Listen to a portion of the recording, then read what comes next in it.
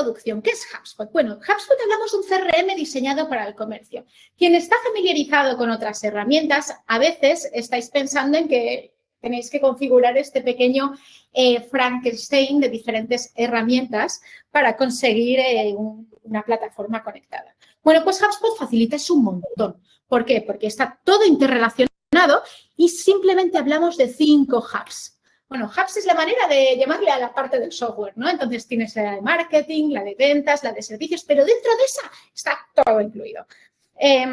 Entonces, no es maraña de software, sino que es mucho más fácil su expansión, ¿no? Porque ya tienes algo, entonces, según vas utilizando, pues puedes ir ampliando lo que vayas necesitando.